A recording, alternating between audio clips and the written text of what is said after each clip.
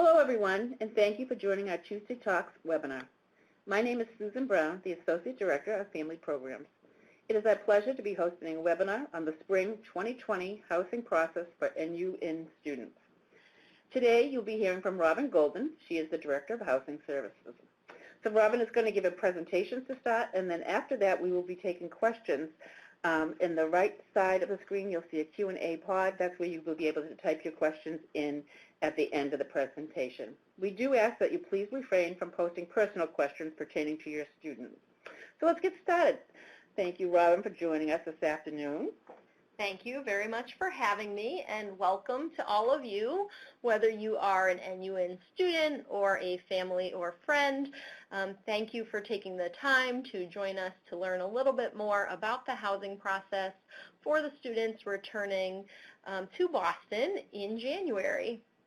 Today we're going to cover an overview of what housing is all about here at Northeastern, some specifics about how to complete the housing application that is available to students right now, what our housing styles here look like, a little bit of information about room and meal plan rates, and then some things about moving in, events after they arrive in January, a few tips and tricks, and as Susan mentioned, we will take your questions at the end. So to jump into an introduction to housing, one thing we want to highlight is that we do have a 2-year live-on requirement. So for NUN students, this entails spring, so January when you return, new term, which is summer 1 if your student chooses to participate, and then fall and spring of the 2020-2021 academic year. So those would be the required terms for NUN students. Beyond that, we do have a 4-year guarantee. So for the 2021-22 year and the 22-23 year, your students would maintain a guarantee as long as they apply and deposit by deadlines. So once the housing is no longer required, it is up to the student or student plus family member to make sure that you're meeting application and deposit deadlines. But as long as you do that, you can still continue to live with us for up to those 4 years. 4-year students returning back in January, each of them is going to be connected to a living learning community. So we place our fall entering freshmen, that is the driving factor for those students, those living learning communities. So whether it's an interest, a program of study, a school of study, that those students select their top 3 and opt into, that's how they get placed. For NUN students, when we get to housing styles here in a little bit, that's the bigger driving force. But we recognize that you're all still first-year students and want to make sure that each student is connected to a living learning community.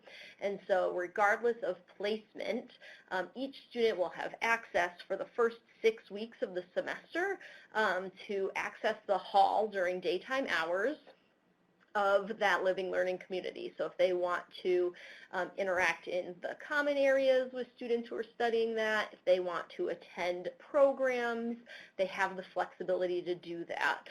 And so they have the potential benefit of connecting with students who are living both in their residence hall and in their living learning community, which is really something we're excited to be able to offer.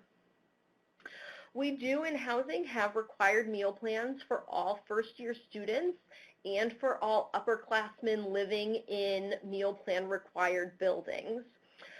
So what that means for NUN students, we'll talk a little bit more about which meal plans are required when we get to that rate slide, but it does mean that each student returning in January will have a meal plan.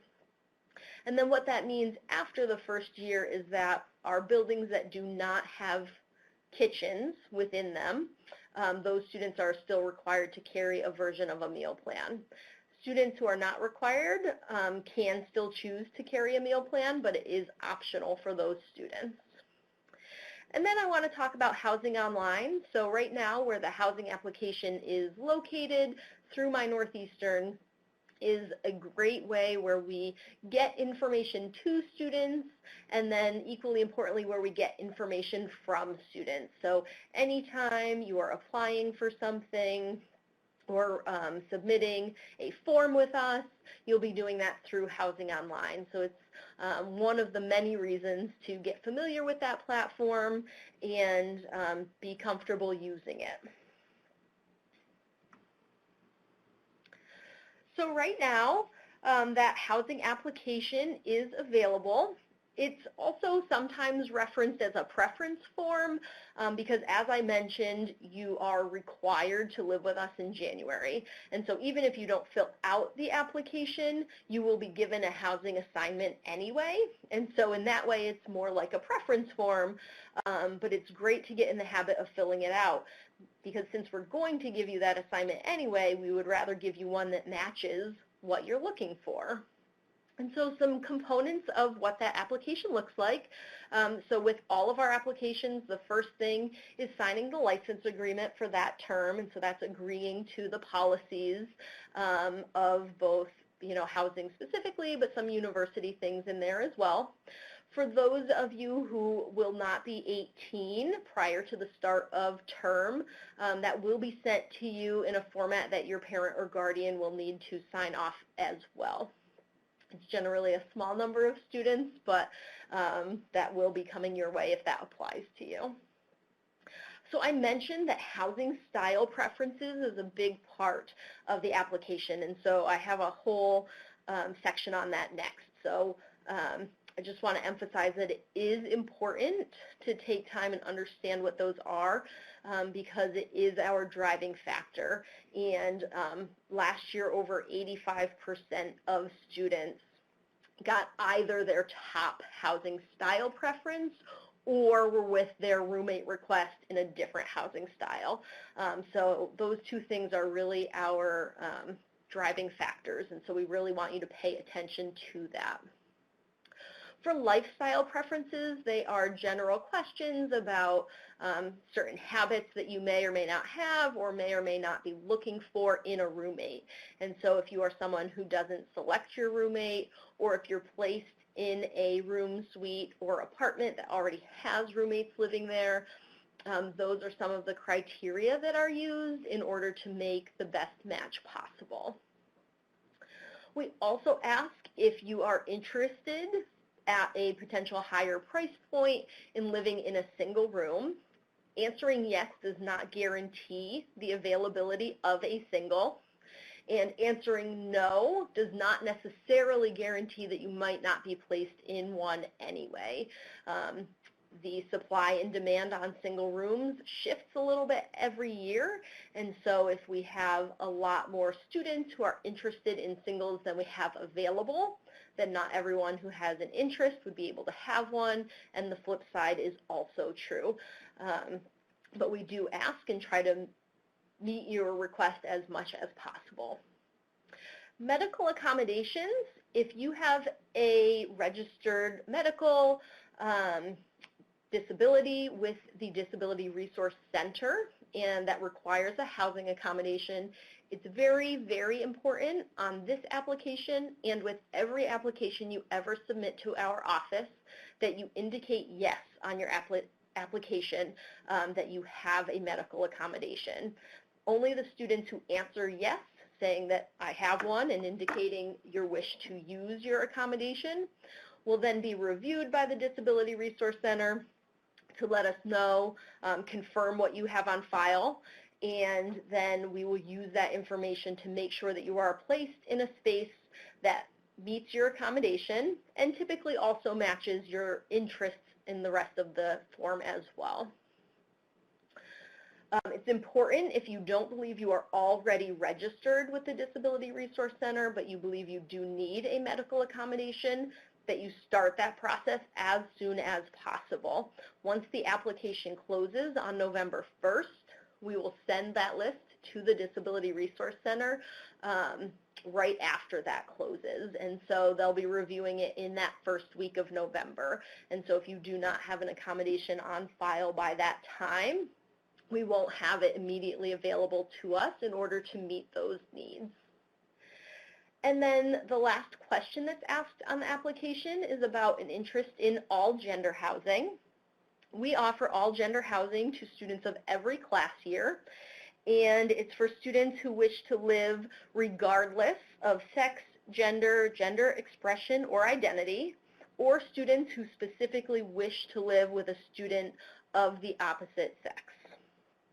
So the application lists 3 options for that: a request to prefer all gender housing, in which we would make sure that that is available to you; the option of I am open to all gender housing, so if there is a space available and it matches your other preferences, then that might be somewhere where you would be placed; and a no, I am not interested in all gender housing. And so those choices are available to you. If you are requesting a roommate group that consists of students of other sexes, it is important that all students express an interest in all gender housing, otherwise we would not be able to honor that request.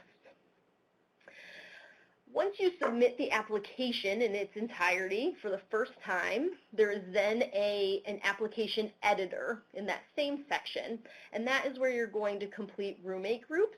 And it's important that that is separate for us, because students need to make sure that they complete that application, and sometimes students get caught up in doing the roommate part and they only save that and they don't save the overall application. And so that's a big reason why it's separate.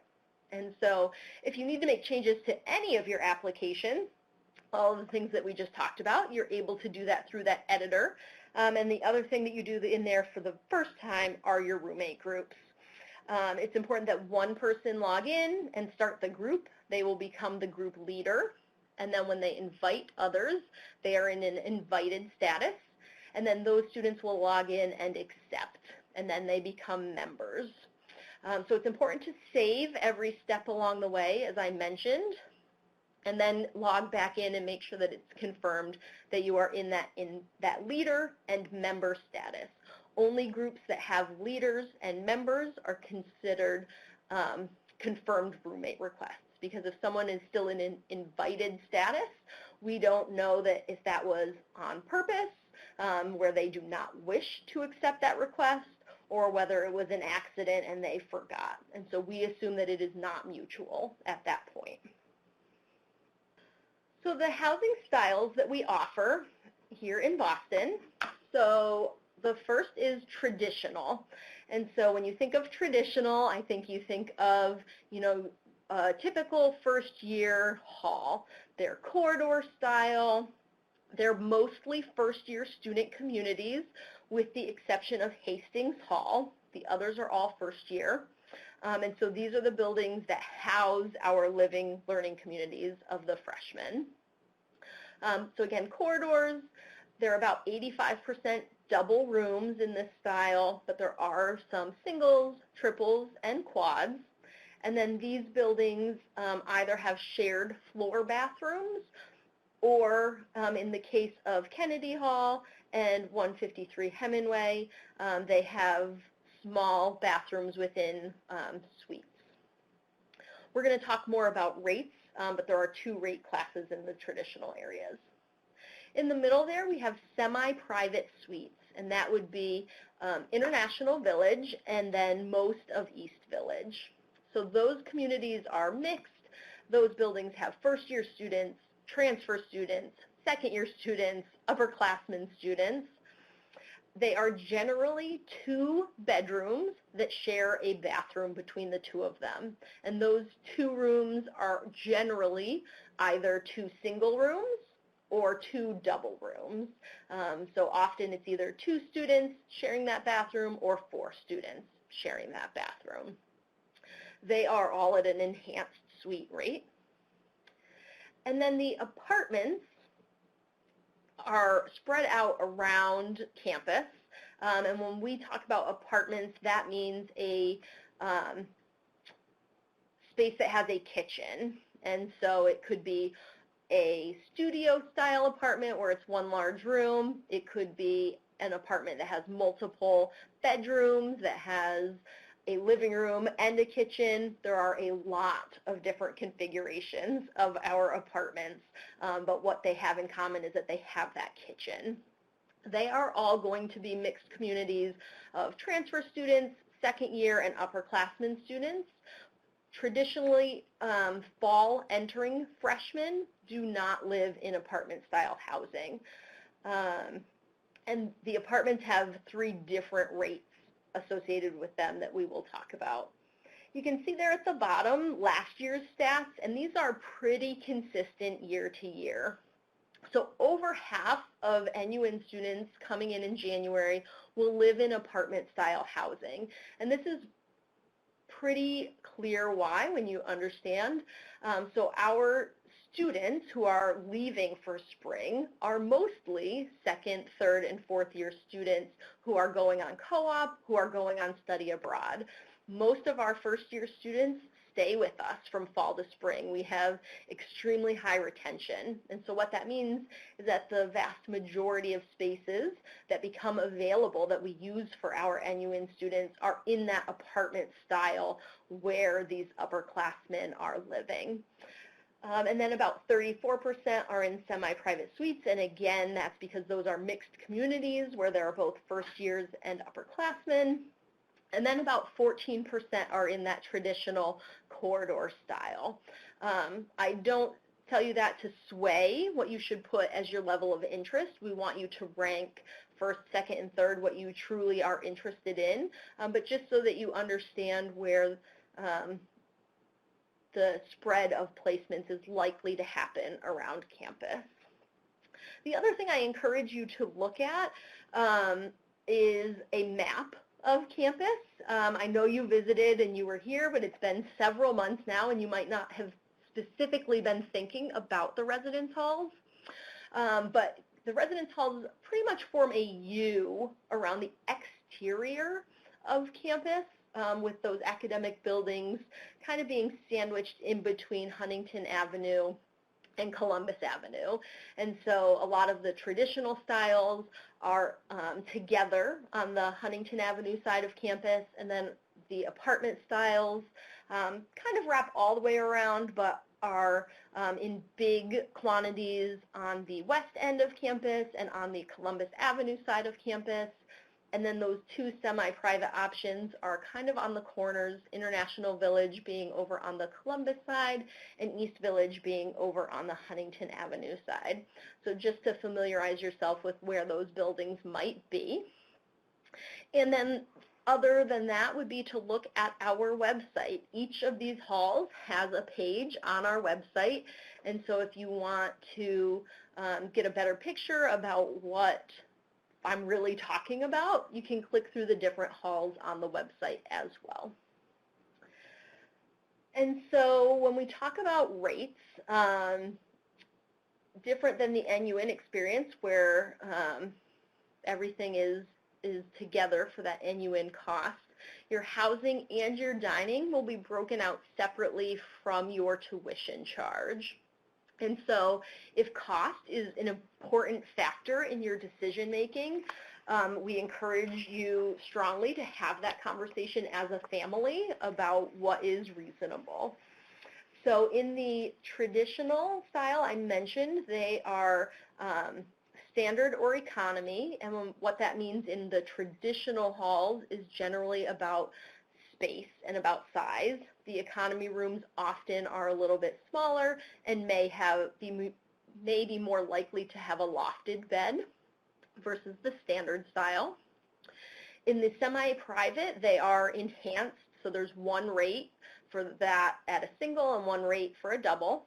And for those 2 styles, again, because there's no kitchen, the default meal plan is the 17 meal per week plan.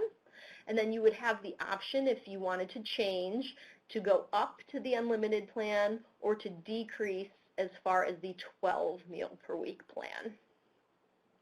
In the apartments, there are 3 different rate classes, enhanced, standard, and economy. And in the apartment world, those mean different things. So enhanced means that the building generally has newer amenities and it has central air. Keep in mind you will be in this space likely from January through April in Boston, and so it's not very warm, but just want to put that out there. And then standard and economy can even be in the same building. The difference between standard and economy when we talk about apartments is whether or not that apartment has a living room. And so, for example, in 407 Huntington, there could be both standard and economy, and it would just be whether that apartment does or does not have a living room.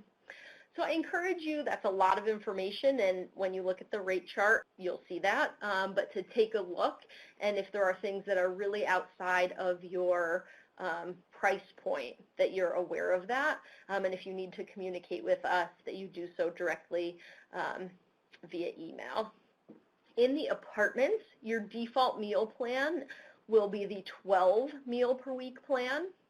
You can increase to either of the other two higher plans, and only students in the apartment style housing will have the option to decrease to that 7 meal per week plan. And so after you complete the applications, again, that due date is noon Eastern Standard Time on Friday, November 1st. We will then pull all of that information and start working on it. Housing assignments are typically released on a rolling basis throughout December, with the last student at the very latest getting an assignment on that 27th of December. Our goal is always to have them out the week prior than that. And then move-in is Friday, January 3rd, between 9 a.m. and 5 p.m. When you get that room assignment, you will also get a dedicated 2-hour window of time.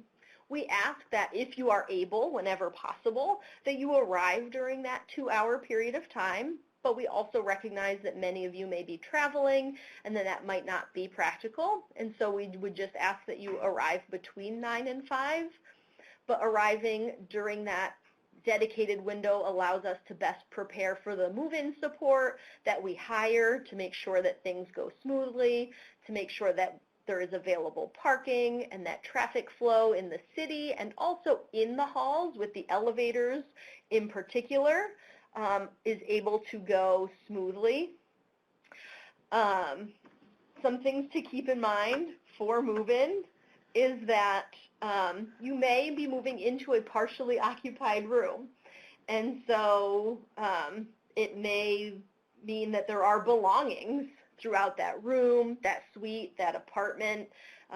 Some roommates are neater or messier than others, and so we really encourage you to communicate with any new roommates prior to arrival once you're able to access that information, and then you can find out if they are returning to that apartment or if they're also new, and you can ask questions about what you can expect on move-in day. Even if it is a partially occupied room, suite, or apartment, we do clean in those spaces, but there are limits around personal belongings that are able to be maintained. It's also possible that your roommate, if they're returning, is living there through the winter break. We don't close most of our residence halls for the upperclassmen over break, and so it is possible that they are there and they are actively living there. And you know, personally, I leave some dishes in the sink sometimes, and so your roommate could do the same. And we just want you to communicate with your roommate ahead of time so you know what to expect. Are they living there? Are you coming into a totally empty room? That kind of thing. Returning students who are just moving in or who have left for break mostly move in on Sunday, January 5th. So it's also very likely, if you're moving into one of these partially occupied spaces, that you might be coming into a space where your roommate isn't there and isn't going to be there until Sunday. And so again, that's a good thing to communicate to your roommate about so that you are aware of their plan. For moving in particular, Like I mentioned, we do have move support, and we will send detailed information about what that looks like and where you should unload your things. We have what we call hampers, so rolling bins, available to assist with that. One great thing I think about our NUN students is you just traveled to another country, and so you are living there without a whole lot of extra belongings. I would encourage you to keep up with that trend. I always encourage students to bring less than more on move-in. I think it helps you have an overall smoother experience without trying to worry about moving too many of those extra things into your room. Please note that we do not have parking for oversized or over-height vehicles. Our parking garage is 6'8", and so please plan accordingly when packing your vehicle, which vehicle you're going to bring, and not using a roof rack container to bring belongings in. We will coordinate with orientation to provide you with a parking pass that you will be able to use for move-in on that Friday. And then after move-in, so starting that evening, students will have welcome to community meetings and then options to participate in game night and sports night. I can't recommend strongly enough to start engaging in the communities right away, participating both in the meeting but then also the social activity after. And so for any family members who are on the call, if you're planning on moving in your student and you're wondering what you should do that evening, hopefully you're able to, even if you want to stay in the area, that's great, but allow time for your student to participate in these events and start to immerse themselves in the community here. Classes start on Monday the 6th, and so you'll be busy getting acclimated. There are other Welcome Week events that happen, and a full schedule will be shared.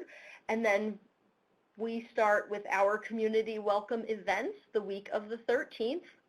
That is also when open room change requests become available. And so while we take a lot of time to use the information provided to us in the housing applications to find you the best room assignment, we recognize that that might not be the perfect room assignment for everyone.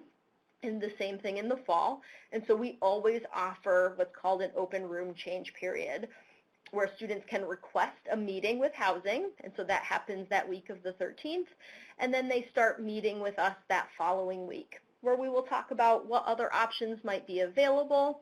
The student can choose to go look at some options, and then decide if any of those are a better fit. There's no obligation to move, and so some students just take advantage of the opportunity to see what else might be out there.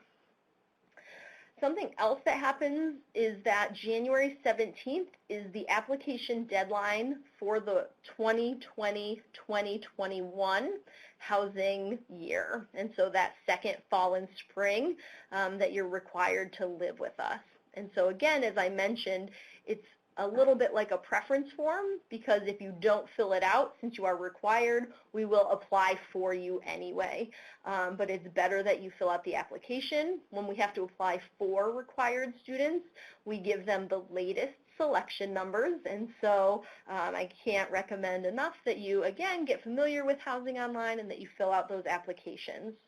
The actual selection itself, though, does not happen until March, so students really have some time to meet some people here and form groups before they're actually going to be picking that housing. It's just the application period of locking in that housing. So some tips and tricks, all probably going to be things that I mentioned, but just wanted to take the opportunity to mention a second time. Completing the application. There are benefits always. When you are required to live with us, the benefit is that we will be giving you something that you are wanting instead of just a space. The benefit of when you are no longer required is that it is essential to securing your housing. So it's great to form those habits now of filling these out by the deadlines. In addition to everything I talked about today, for the NUN application, since it's the first time you're doing it, there is a really helpful step-by-step guide. It has screenshots of the application with instructions in the right-hand margins, with also some tips and tricks. And so if you're having trouble with it, I think it's pretty straightforward, but you can use that guide to walk you through filling that out. For groups, when you return to January, you are able to complete that with a group of up to 4 people. However, I would recommend, if possible, that you try to keep yourself in pairs. Again, because most of the spaces that we use are from students going on co-op and study abroad. We just don't have a lot of opportunity to accommodate groups of 4 or 3. It's far easier for us to accommodate groups of 2. There are certainly some groups of 4 who will be placed together, but it is much easier if you keep that group a little bit smaller. And then, again, making sure that you are in that leader and member status. You also get an email when you do any change to a roommate group or to your application, and so you should also be able to follow along that way, but it's better to be safe and log in than think that you're all set, but you didn't actually hit save. For singles, if you are interested in one, even if you have a roommate request, I would still encourage you to say yes. There are certainly spaces, International Village is a great example, where it's 2 singles that share a bathroom. And so if we have a roommate pair and they're both interested in singles and both interested in semi-private style, then that might be a really great option for you. We have Hastings Hall, which is a traditional style that is all single rooms. And so we might have a roommate pair who wants traditional style and both want singles, and so maybe you end up not being roommates, but you live next door to each other in your own single. Or within apartments, there are single bedrooms and double bedrooms, and so there are opportunities where you can have both a single and a roommate request. So we get that question a lot, if you have to pick one or the other, and you definitely do not. Move-in, I mentioned coming during your time whenever possible, and bringing, the essentials, again, whenever possible. And keeping in mind, as I mentioned, it's January through April. It's not the warmest here in Boston, and so that's what you should be planning for when you are packing.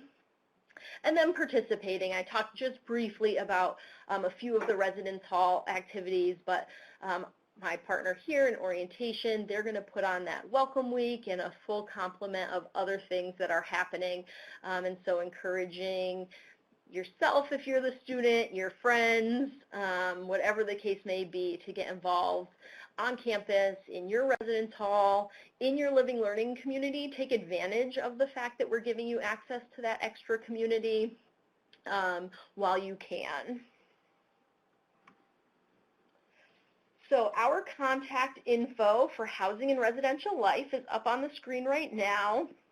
Great ways to contact us are that email, housing@northeastern.edu. At any time. I have a really excellent customer service team, as well as our assistant and associate directors who respond to any questions or concerns. There's a lot of information on our website. And then I would recommend for students, but also for family members, if you have access to a social media platform, to pick your favorite. Please don't feel like you have to follow all 3, but to follow us on social media to keep yourself updated with both NUN but beyond. Hopefully your student will be living with us for a number of years, and so it's a great way to keep tabs on upcoming processes, make sure that your student has, done the things that you're supposed to do. So when you see us post that January 17th is the application deadline, you can reach out to your student and say, did you remember to do that? Or when we post that, just as a reminder, spring move-out is coming up, and you haven't heard from your student to make plans for that, that you might want to outreach and make sure that you're on the same page. So I recommend our social media.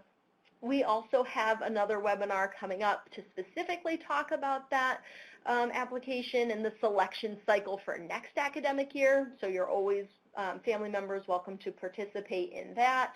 And so lots of ways to connect with our office. Thank you, Robin. We'll give you a moment to catch your breath. That's a lot of information. As Robin mentioned, we will be doing a webinar with the housing office in regards to housing planning for 2020 and 2021. And that will take place in November. We will be sending an email about that information to you shortly. So at this time, we will begin taking questions. Again, the Q&A pod is on the right side of your screen. Please type in your questions. We will try to get to as many as we can in the next 20 minutes or so. So, Robin, you mentioned in the beginning that it's a 2-year mandatory contract. Does the fall term abroad count towards that? Yes, and so that's why I listed those terms specifically. So for an NUN student, it may feel more like a year and a half, but this current fall is part of that. So it's, again, the spring when you return, and then that summer one, which is also called new term, which we will also have a webinar for. It would be required for this academic year, and then next academic year it's fall and spring. And so the requirement ends after that second spring. You mentioned living learning communities. Can you give a little bit more detail, like what that means and what different types of communities there are? Absolutely. So living learning communities, it basically means that all of our, so those first year buildings have one or more themes, a community, a living learning community in them. And so we have those for areas of interest. So we have a musical motifs living learning community where students have opted into that, maybe because they're studying music or they just have an interest in music and they play an instrument and they wanted to find a way to connect with others who share that common interest. We also have them for each of the academic colleges, and so there is a Bouvet College living learning community, and there is a College of Engineering living learning community. And so sometimes students prefer to live with others who are in their school. Sometimes students say, I actually don't prefer that because I will be taking classes with these students, and so I'd rather live with other students. And then we have options that maybe are a blend. So we have one that's called politics, philosophy, and economics. And so something that blends a few different areas of study and might just be an interest. We have a leadership. We also have a sports leadership, healthy living, a journeys for students who might be feeling undeclared or unsure of their program of study. So there's a lot of different options for what those look like, and then the programming that takes place in those communities is often centered around what that living learning community focus is. Okay. Can you talk a little bit more about the gender neutral housing? What does that mean exactly? Sure. So all gender housing. So as I mentioned, it's for students who would prefer to live with others who have opted into all gender housing. Only students who have said that they want to opt into this are placed into it. And so it might mean that you are living with, it could end up meaning that you end up living with students who are all marked as the same sex. It could, but maybe have different gender identities or gender expressions, or they might all have the same gender identity or gender expression. It could mean that you're living with students who are marked of a different sex. And so your roommate, suite mate, apartment mate, there could be students in there who are female, male, or the third option that the university offers is a not available option. And so that could be students of any of those identifiers. It could be students of any sexual orientation, or it could specifically be sometimes for example, a female student who wishes specifically to live with a specific male student, and they want to choose to live together. So any of those kind of scenarios are what encompass all gender housing. The rest of housing is gendered, and so apartments would and suites or rooms and floors in the traditional style are designated male or designated female. And then all gender spaces are designated as all gender, and they're for those students who have opted in. Thank you. You mentioned earlier that students can be placed in pairs of two. You prefer pairs of two. We have quite a few people asking, what are the odds of four? And should they always stick to two, or would they be in singles? A little bit more detail on that. I know you talked about it's really hard to place. It is challenging. So one of the things to note is that we place students if we have to choose. We only have so many spaces that can accommodate groups of 4. It is by the group's overall average enrollment deposit. And so those are those deposits that you submitted back anywhere between December and May when you committed to the university. So that's that enrollment deposit. And so we do place an enrollment deposit date order. And we do everything that we can to make these groups work, but I don't know, in the 3 cycles that I have been doing this, that I've had to split up a group of 2, but I have had to split up groups of 3 and 4. Yes. And when I have to split up groups of 3 or 4, we generally will, maybe be able to get a pair together, maybe even the other pair together. But sometimes it's 2 together, and then, the others as not together. We will try to get them on the same floor or in the same building, as close to each other as possible. But it is very likely that we will not be able to do every group of 4 that requests. So, it's hard. I don't necessarily know. I would never advise directly a group of 4 who really wants to be a group of 4, against splitting into 2 and 2. Absolutely, we allow you to request that 4 for a reason. There are many groups that we will be able to accommodate. But we just want to be realistic that we know we will not be able to do all of them. So when students do that, say they pick a pair of 2, are they also able to choose whether they want economy styles, whether they want the enhanced? Who makes that decision? Sure.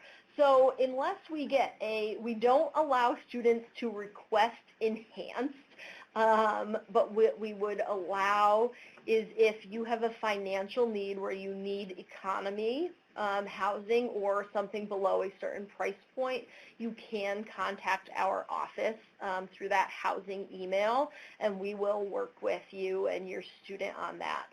But we don't allow the flip side of saying that we want the enhanced option. So once a student gets their assignment in December, that's their housing for January to April, and if they are staying for the summer in the fall, what is the process for that? Do they typically stay in that room, or do they have to usually move? That is an excellent question. So I talked about new term, and so many of your students and many first-year students in general are going to participate in new term. It's that summer 1 semester. And typically, International Village is where new term is housed. There is the possibility that it will be International Village and another location as the program grows, but it has been International Village. It is currently tentatively slated to be there again. That's typically not finalized for a little while longer. And so, for example, if it is in International Village and a student is living in International Village for the spring, then those students would stay in their space. And all of the other first-year students, whether they had been a fall entering or an NUN student, would all move to International Village, typically about a week after the spring semester ends. And then they would live in that space for that summer 1 term. If then a first-year student was staying for summer 2, they would move to a different location because International Village is not typically open for summer 2. Or if they're not staying for summer 2, then they would move out completely and move back in the fall. It is pretty rare in our system because of co-op cycles, because of the fact that we don't need all of our residence halls open in the summer, that a student has a very long, continuous living arrangement in a specific room. It's generally no more than 2, maybe 3 semesters at a time, and so that's another reason why I really like to encourage our students to, not bring a lot of extra things with them, because if they are staying, their experience here likely looks like they may be moving at least, for a summer and then back during that year. We talked a lot about peers, the 2s and the 4s, and I think we all understand go with 2. What if a student decides to go random? Are they typically placed with another student that decides to go random from the NU program, or are they placed usually with a student who's on campus? Great question. We have lots of students who do not form roommate pairs or 3s or 4s and do go random, and it can be either. So we definitely will have some NUN students who might not live with another NUN student. So particularly in those, the semi-private and the traditional styles, because, there's a good chance in those that it's just a space for 2 people. And so the other person there is likely a current first-year student or a current second-year student. And so that might be your direct roommate. We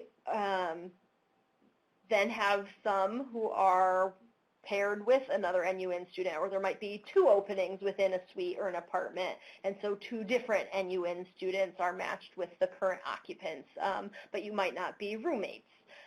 You might be in different rooms within that apartment, so that's possible. And then it is possible that a single NUN student may go into a suite or apartment that's maybe a 3 or 4 person suite or apartment where they're the only NUN student who goes into there. What I think is important to remember in all of those scenarios is that you may still have an awesome experience because most of our students are great and, they are very welcoming. There's also a great chance that one of them was maybe an NUN student themselves. A third of our incoming first years are. So NUN alums are all throughout campus. And there's just so many NUN students in, each of these buildings that even if, in those situations where you are the only NUN student, maybe in a suite, or your roommate was a current first year, that there are other NUN students in your building, on your floor, in addition to those people who you're directly living with. We have several students and parents asking about moving out. Yeah. The process. So if I am not staying on campus, is there a place to store my belongings if I'm leaving the country and coming back in the fall, let's say? Absolutely. So the university does not offer storage directly, but we have a preferred vendor who does summer storage. And that information is on the vendors page of our website.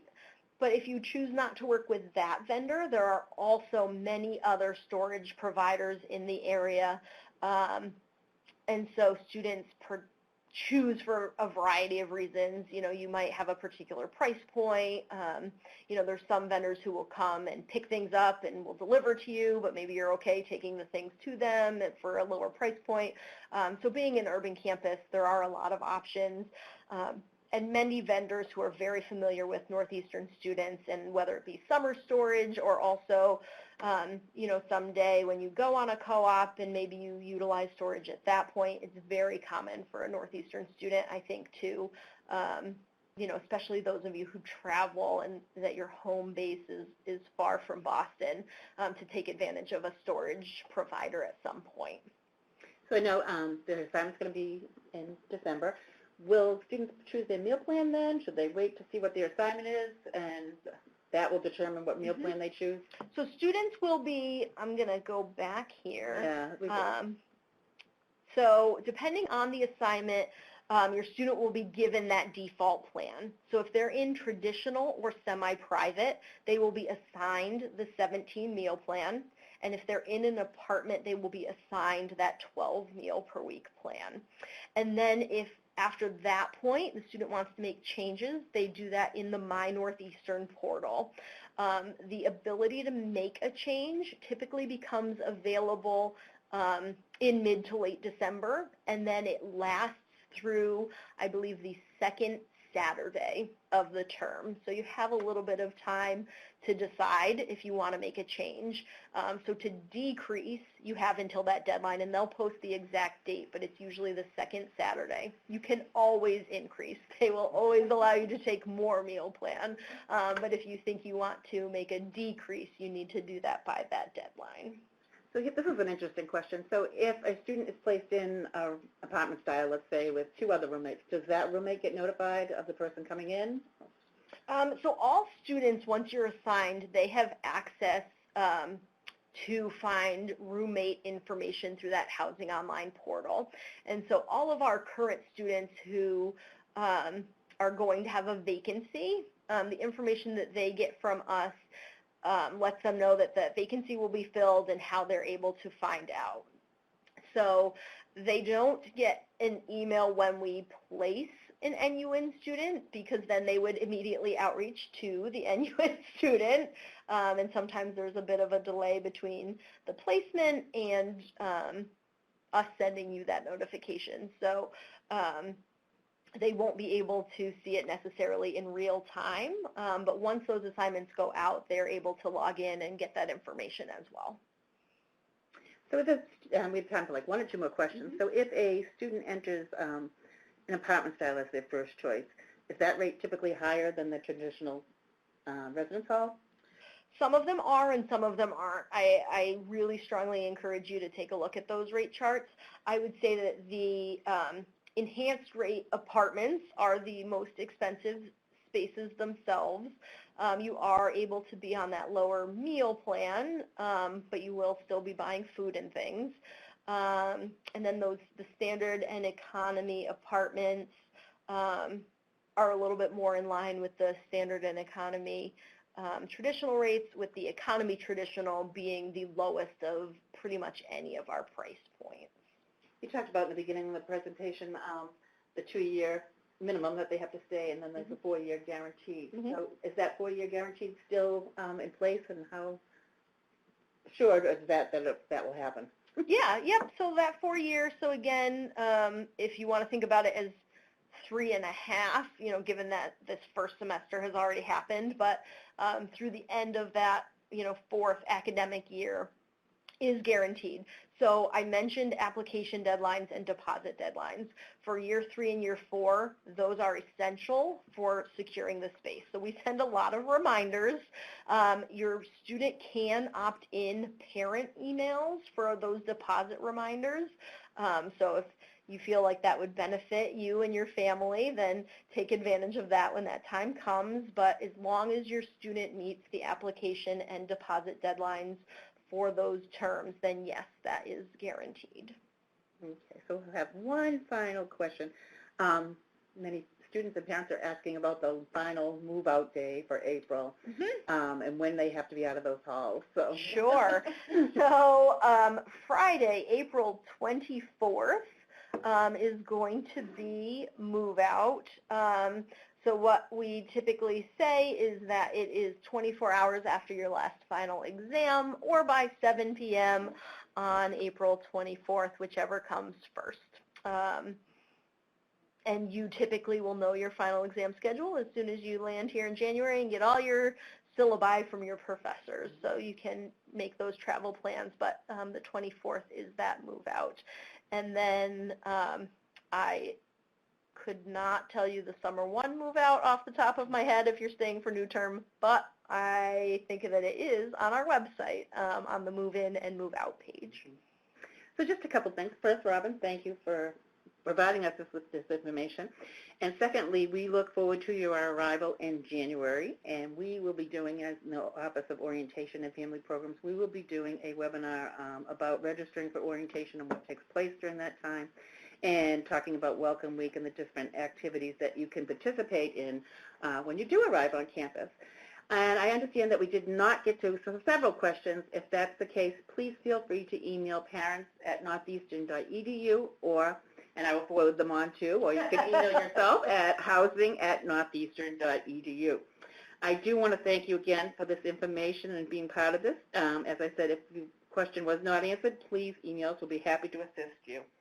Shortly, you'll be asked to complete a brief survey to provide feedback on this session, as well as share any suggested future topics.